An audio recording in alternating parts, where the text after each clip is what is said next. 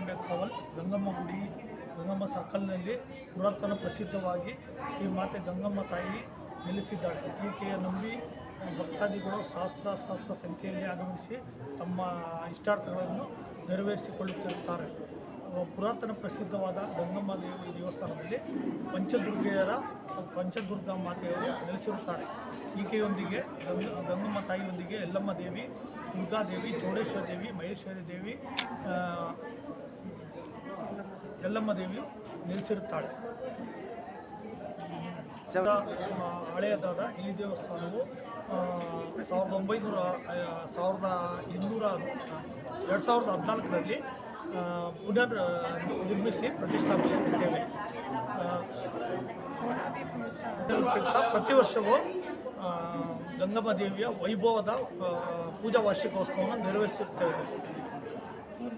3 ದಿನದ ಕಾರ್ಯಕ್ರಮದಲ್ಲಿ ಮೊದಲ ದಿನ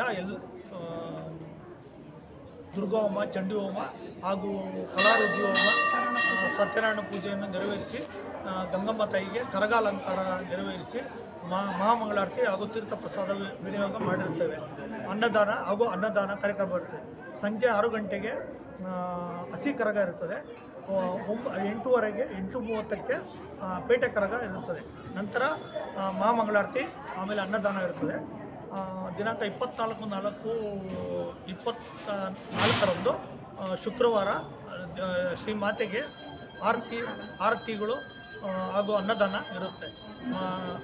ದಿನಾಂಕ 25/5/24ರಂದು ಗಂಗಮ್ಮ ದೇವಿಯ ವೈಭವದ ಮೆರವಣಿಗೆ ನಡೆಸಿ ಗಂಗಮ್ಮ ಸರ್ಕಲ್, ದೊಡ್ಡವಂಶಧರ ಹಾಗೂ ರಾಮಚಂದ್ರಪುರ ಗ್ರಾಮದಲ್ಲಿ ನಡೆಸುತ್ತೇವೆ. ಈ ವೈಭವದ ವಿಜೃಂಭಣೆಯ ಮಹೋತ್ಸವಕ್ಕೆ ಎಲ್ಲ ಭಕ್ತಾದಿಗಳು ಆಗಮಿಸಿ ತಮ್ಮ ದೇವಿಯ ಕೃಪೆಗೆ ಪಾತ್ರರಾಗಬೇಕಾಗಿ ವಿನಂತಿ. ಗಂಗಮ್ಮ ಜಾತ್ರೆ ಪ್ರಾರಂಭವಾಗಲಿದೆ. ಇವತ್ತು 23ನೇ ತಾರೀಕಿಂದ ಪ್ರಾರಂಭವಾಗಿದೆ. 3 ದಿನವೂ ಕಾರ್ಯಕ್ರಮ ತುಂಬ ಜೋರಾಗಿರುತ್ತೆ. ಮೊದಲನೆಯ ಕಾರ್ಯಕ್ರಮ ಬಂದ್ಬಿಟ್ಟು ಹೋಮ ಎಲ್ಲ ಇರುತ್ತೆ. 7-8 ಹೋಮಗಳಿರುತ್ತೆ. ಸತ್ಯನಾರಾಯಣ ಪೂಜೆ ಎಲ್ಲ ಇರುತ್ತೆ. ಹೋಮ ಎಲ್ಲ ಆದಮೇಲೆ ಮಹಾಮಂಗಳಾರತಿ, ಅನ್ನದಾನ ಎಲ್ಲ ಆಗುತ್ತೆ.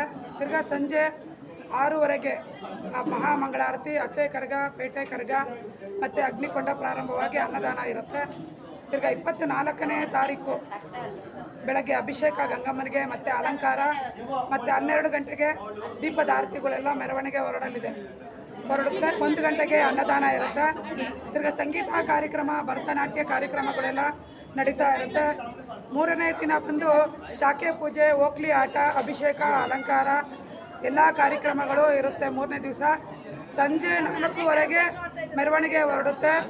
ಗಂಗಮ್ಮ ಸರ್ಕಲ್ಲು, ಜಾಲಹಳ್ಳಿ, ಬೊಮ್ಮಸಂದ್ರ, ರಾಮಚಂದ್ರಪುರ 5 ಊರು ಮೆರವಣಿಗೆಯು ಗಂಗಮ್ಮನ ನಾವು ಮೆರವಣಿಗೆಯನ್ನು ಮಾಡುತ್ತೇವೆ.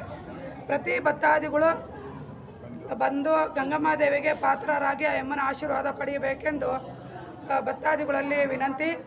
ಮತ್ತು ಈ ದೇವಸ್ಥಾನ 600 ವರ್ಷದಿಂದ ಇರೋದರಿಂದ ಪ್ರತಿ ನಿಮ್ಮ ಏನೊಂದು ಸಂಕಲ್ಪ ಇದೆ, ಮಕ್ಕಳಾಗಿಲ್ದಿರೋರಿಗೆ ಮಕ್ಕಳು, ಮತ್ತು ಏನೇ ಒಂದು ಕೋರ್ಟು ಕೇಸು ವಿಚಾರಗಳಲ್ಲಿ ಮತ್ತು ಏನೇ ಒಂದು ತೊಂದರೆಗಳು ಇದ್ರೂ ಆ ಅಮ್ಮ ನಿವಾರಿಸುತ್ತಾಳೆ. ಹಾಗಾಗಿ ಆ ಅಮ್ಮನ ಆಶೀರ್ವಾದವನ್ನು ಪಡೆದು ನಿಮ್ಮದು ಏನೇನು ಕೋರಿಕೆಗಳನ್ನು ಇದೆಯೋ ಅದನ್ನು ನೆರವೇರಿಸಿಕೊಳ್ಳಿ. ನಾವು ಪ್ರತಿ ವರ್ಷ ಇಲ್ಲಿ ಗಂಗಮ್ಮ ದೇವಸ್ಥಾನ ಜಾತ್ರೆಗೆ ಬರ್ತಾ ಇರ್ತೀವಿ. ನಾವು ಅಂದ್ಕೊಂಡಿರೋದೆಲ್ಲ ಆಗ್ತಾ ಇರುತ್ತೆ. ಮನೆ ಕಟ್ಟೋದಿರ್ಬೋದು, ಇಲ್ಲ ಕಾರ್ ತೊಗೊಳ್ಳೋದಿರ್ಬೋದು, ಇಲ್ಲ ಮಕ್ಕಳ ವಿದ್ಯಾಭ್ಯಾಸ, ಮಕ್ಕಳಿಗೆ ಇದು ಎಲ್ಲ ಅನುಕೂಲ ಆಗ್ತಾ ಇರುತ್ತೆ. ಅದಕ್ಕೋಸ್ಕರ ಎಲ್ಲರೂ ಬಂದು ತಾಯಿ ಕೃಪೆಗೆ ಪಾತ್ರರಾಗಬೇಕಂತ ಕೇಳ್ಕೊಳ್ತೇವೆ.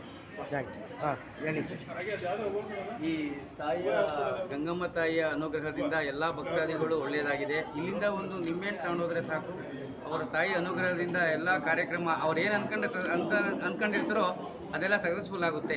ಇಲ್ಲಿಂದ ಒಂದು ನಿಂಬೆಹಣ್ಣು ಮತ್ತು ಕುಂಕುಮ ಅರ್ಚಿತ ಕೊಡ್ತೀವಿ ನಾವು. ಆ ಕುಂಕುಮ ತಗೊಂಡೋಗಿ ಅವರು ಅಲ್ಲ ಇಟ್ಟರೆ ಸಾಕು.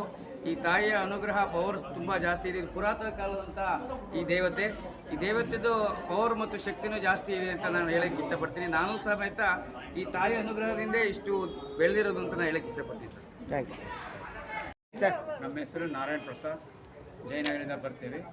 ಪ್ರತಿ ವರ್ಷ ನಾವು ಒಂದು ಸೇವೆ ಮಾಡ್ತಾ ಇದ್ದೀವಿ. ಅದು ಈ ಇದರಲ್ಲಿ ಜಾತ್ರೆಯಲ್ಲಿ ಕರ್ಗ ಅಲಂಕಾರ ಭಾಳ ಮುಖ್ಯವಾಗಿರೋದು.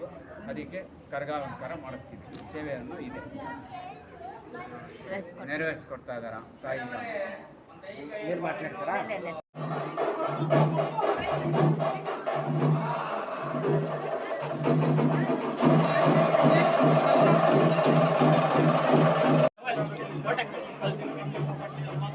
ಸರ್ ಪ್ರಸಾದ ಹಾಕಿ ಅನ್ನದಾನ ಕೊಡ್ತಾರೆ ಸರ್.